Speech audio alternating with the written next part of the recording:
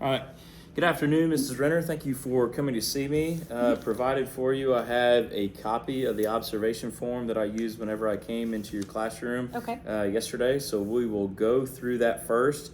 Just a couple of quick things. Even though I was in your room for 8 to 10 minutes, just a fantastic job of keeping your kids busy and just saw a lot of positive things. And those are the things that we'll kind of go over and touch on Okay. on this form.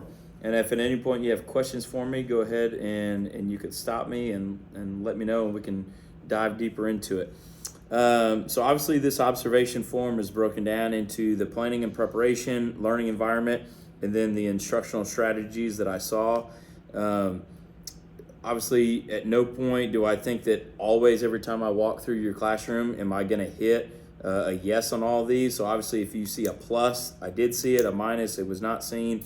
Okay. Or you did not demonstrate those things, and then the NA is obviously for not available, just because this particular time we didn't actually see it during that walkthrough. So Okay. for the planning and preparation, the teacher demonstrates content preparedness. So I give you a plus on that. The whole time that I was in there, obviously you were displaying your content knowledge. So that was a no-brainer for me. The objective is clearly stated and displayed. I know that when I walked in, I saw on your whiteboard where you always have your objectives posted. Yes. And then on your smartboard, you actually referenced it again Yes. before you went into your exit ticket. All lesson materials were ready. It was great to just see you transition from one activity to the next. You had everything on your smartboard loaded. You could quickly get to each individual piece that you were working towards. The teacher utilizes time well. Again, in the short amount of time that I was in there, a lot of different tasks were accomplished, and there wasn't any dead time sitting around waiting for what was going to happen next. Directions were given, students knew how to follow them, and you went right into the next part of your lesson. The learning environment itself, this time cultural inclusiveness was evident. In this brief little time that I was in there, I did not see that as much, but we talked about this a couple weeks ago. It was very evident in that particular lesson just a few weeks ago. Providing proper feedback in mostly positive manner to the students. The language that you use with your students was so positive. Even the students that were not completely maybe gaining the right answer, you were using that positive feedback to them to help get them to where they were needed to go. The high expectations for all students. Again, this time not as evident, but still there was an expectation. I never saw an expectation that you were trying to lower anybody's standards or anything like that. So not that it was clearly evident, but I didn't see anything contrary to that statement. The behavior management is consistent and on target. You didn't have to deal with any students that I saw that were out of line. Again, only in their 10 minutes, but the students knew what was expected, and they behaved great in that time frame that I was in there. Quality student work on display. I saw the charts that you guys had created just a couple of weeks ago. Just really saw the creativity of it, and really we're seeing that students were utilizing their knowledge. Yeah, and they like to see their stuff on display. It makes them feel good. It makes them motivated to do the next project because they want to work to get theirs up there. So that I've seen that's really been a good motivator for kids. Yes, ma'am, I agree. Respect for one another stands out. So a couple of things. The group work. Students were working together, and they were accepting of feedback from their peers, which I thought was great. When the student went up to the board to work his problem out, I believe that he understood what was going on, but he did not clearly express what he was wanting to, and a student helped to correct him, but did it in the right way. Constructive manner, and Yes, that's ma'am. something we've really worked on. about how, if you expect somebody to do that for you, you've got to do that for others. And they've really jumped on that and seen good outcomes from that. So I really feel like them seeing a positive outcome has helped them buy into that. Yes, ma'am. So, and then really quickly after that, there was a young lady that chimed into the conversation and shared her thoughts and just the respect that they were showing each other with saying thank you and just the manners that they were showing one another was very, very clear to me. I'm glad. Instructional strategies. Instruction communicates the why concept is being taught. I've got a plus for that just because you were relating the information to, especially the question that y'all had up on the board. Y'all were talking about the approximating, and so how students in that instance, you could find technically two different answers, but for that scenario that y'all were looking towards, Right. you needed that approximate answer because it fit the context of the Right. question Right. that you guys were going through. So showing them the why of yes, this was an answer that was correct on both ways, but for this situation, this But is why how would we say it this way? why we Yeah. would fit it into this context of that particular question. So that was great. Yeah. Connections prior to learning or others. I did see this as I was just kind of listening into some of the group work. You were helping them solve that problem and relating it back to other knowledge that they had already gained prior to in your class. Well, and that also helps them understand the why. That helps them understand, okay, I know why we learned this because this is going to help us with this. Yes, ma'am. And then this is going to help us with that. So that helps to build off of the why concept. Yes, ma'am. Instruction addresses multiple learning styles. So this was a great part for me. There were so many different ways that you were helping the kids, and the kids were learning. They were doing group work. They were doing the peer tutoring. You were allowing students to get up on the board in front of their classmates to share their knowledge and not just write down their answers, but talking about how they got to that point. If they got stuck, other individuals in the class were able to help them out. Then you were able to go and even get them moving around a little bit, and they were able to physically they were displaying their knowledge while also having to pay attention to your instructions with the Simon Says game. So a lot of different ways that you were helping those kids learn. Pacing the lesson to maintain attention, kind of going back to the same thing. You kept the activities short and sweet enough that you were able to gain a lot out of it.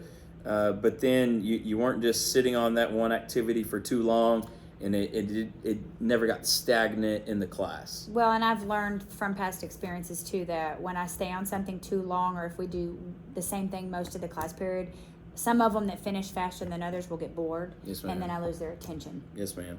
Then the last thing, the teacher models instructional tasks when needed. This was not necessarily where you had to do it a ton, but that was the good thing. You could talk to those groups when you needed to. You were able to work on the smart board and write things out to demonstrate working out the problems.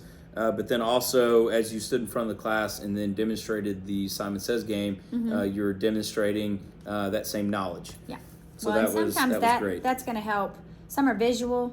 Some can just hear it. Some have to, have that that touch and do it themselves. And so, all those different strategies will help reach all the multiple learning styles. Yes, ma'am.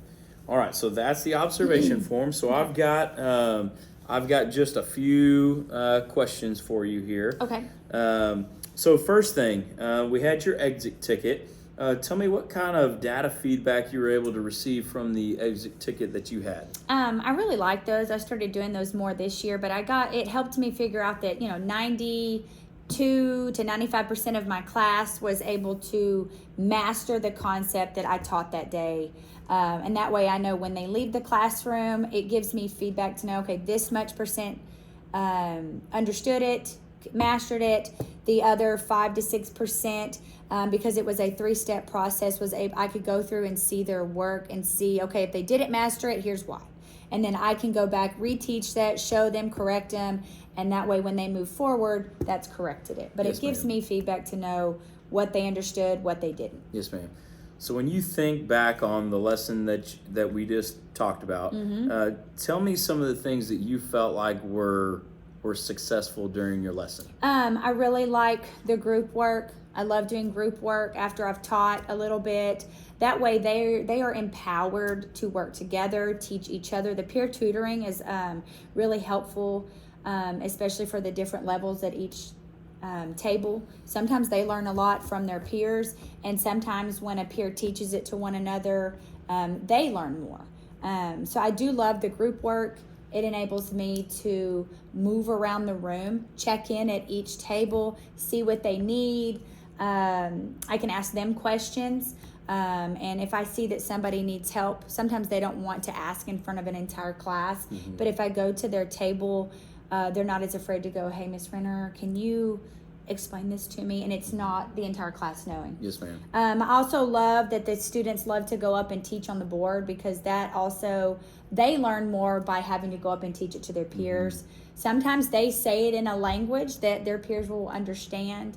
It gives them some more empowerment and responsibility. I also like where we stand up and we do the movements together, because some kids, sitting for an entire class period is hard. And so they know when they have a chance to stand up and model, they get to move around, they get to stand up. It's more of a fun way of learning. We're still doing something educational, but in kind of a fun way. Yes, ma'am. So I love those three main things about the class that we did, just because it reaches each style of child in the class. So one of the things that we noted on the observation was your positive feedback. How do you feel like your use of language and that positive feedback with them and the positive language that you're using, how do you feel like that's affected your student learning? I've seen a lot of good improvement from them. They're a little more encouraged and willing to try more, especially in whole group discussions. They'll raise their hand more because it makes them not afraid. They're more confident. Yep. I've seen a lot of kids want to answer more. They feel good about themselves. That positive feedback makes them feel smart. And I love seeing how their faces light up when they get some kind of, oh, you're so smart, you did a great job. And, you know, they're like, okay, I can do this. And they want to more. Yes, I see ma'am. more of an confidence in them. All right, so anything that you feel like you would tweak a little bit with your lesson? Yes, one thing I'd like to do better at is when we do our group work, maybe not so much movement. There was a little more movement than I'd like, a little more side conversation that needs to be done. So I'd like to find a way to continue to do the group work, but keep them more on task and maybe not so loud so they're not disturbing each other. Okay. The other thing I want to do a better job of is cultural inclusiveness. I know last week when you came in, it was a lot easier to show that. Today, I feel like I could have done a better job of making sure that my ESL students are with somebody that can speak English and Spanish. That way they can help them at their group. And I would like to provide them with a paper that has a Spanish version, English version. That way they can kind of go back and forth and learn and be able to still get something out of the topic. Okay. So how quick do you think you can implement some of those changes? I think after about 2 weeks, I could go through, try a few different things, and be able to polish it up to where the next time you come in, you'll be able to see it more evidently in class. So I'd give me about 2 weeks. Excellent. Last thing, I just want to let you know that what I'm going to do is I'm going to use this observation form and I'm going to give it to our new teachers. Okay. And all the new teachers that are on staff, regardless of content area, I'm going to have them come through and walk through your classroom. Okay. I'm going to, I don't want it to be beginning, end. I just want them to come in at any point and don't be startled by it. Okay. But I just want you to model for them and show what you're showing to me. I want you to utilize that to help out our new teachers as best we can, if you don't mind. That sounds great. All right. Well, I'll probably see you back in your class Okay. here in a couple weeks. And again, I thank you for your time. Thank you.